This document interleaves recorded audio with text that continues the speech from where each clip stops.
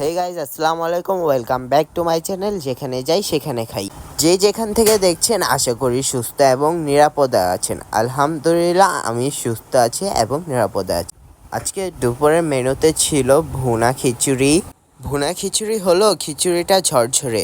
এই সাইডে আছে চ্যাপা শুটকির ভর্তা, কালো জিরার ভর্তা, আর আলু ভর্তা, আর চিংড়ি ভর্তা, আর ডিম ভাজা।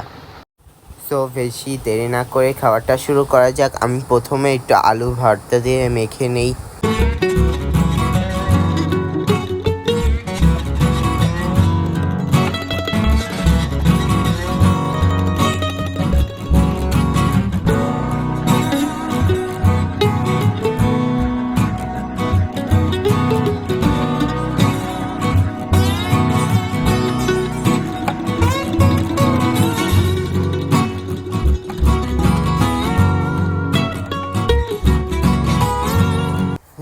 এই যে আলু ভর্তাটা অনেক ইয়ামি হয়েছে।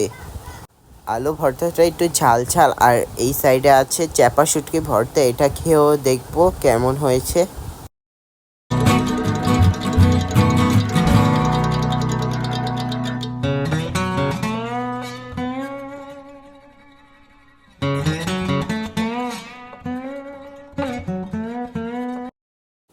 আলহামদুলিল্লাহ চ্যাপা শুটকি ভর্তাটাও অনেক ইয়ামি হয়েছে। আর এই সাইড থেকে নেব চিংড়ির ভর্তাটা, দেখি কেমন হয়। আর আলু ভর্তা, চ্যাপা শুটকি ভর্তাটা অনেক ইয়ামি হয়েছে। এখন দেখি চিংড়ি ভর্তাটা খেয়ে কেমন হয়।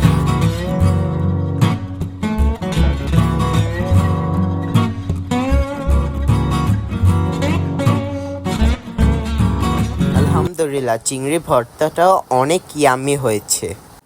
এখন এই সাইড থেকে কালো জিরা ভর্তাটা খেয়ে দেখি কেমন হয়। আর যতগুলো ভর্তা দেখতে পাচ্ছেন এই সবগুলো ভর্তা আমার মা নিজের হাতে করেছে। আর এই সব ভর্তাটা অত একটা ঝাল হয়নি, মোটামুটি ঝাল হয়েছে। দেখি কালো জিরা ভর্তাটা কেমন হয়েছে।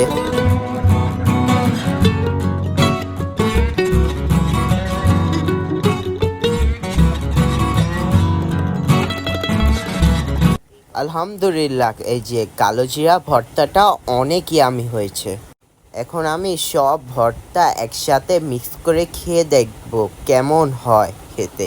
এখানে যতগুলো ভর্তা দেখতে পাচ্ছেন সবগুলো আমার মা নিজ হাতে পাটায় করেছে। শুধু আলু ভর্তাটা এই যে মেখে করেছে, কারণ আলু ভর্তাটা তো পাটায় মেখে করতে হয় না।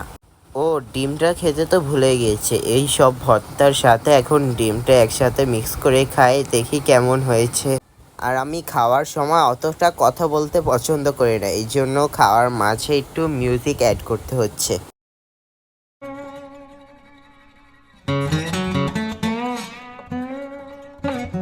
আলহামদুলিল্লাহ সব ভর্তা যখন একসাথে মিক্স করে খেলাম মনে হলো কোনো এক অমৃত খাচ্ছি। সব ভর্তা একসাথে খেতে আর ডিমের সাথে খেতে আমার কাছে অনেক ভালো লেগেছে। সো ভিডিওটি এখানেই শেষ করে দিচ্ছি। ভিডিওটি ভালো লেগে থাকলে অবশ্যই like, comment, share and subscribe করে পাশে থাকবে। ওয়েট, ভিডিওটা এখানেই শেষ না, আরও আছে। ভাবলাম সবসময় তো আপনাদের সাথে ঝাল খাবার শেয়ার করি, এখন একটু মিষ্টি খাবার শেয়ার করি, এই জন্য মিষ্টিটাই নিয়ে নিয়েছি।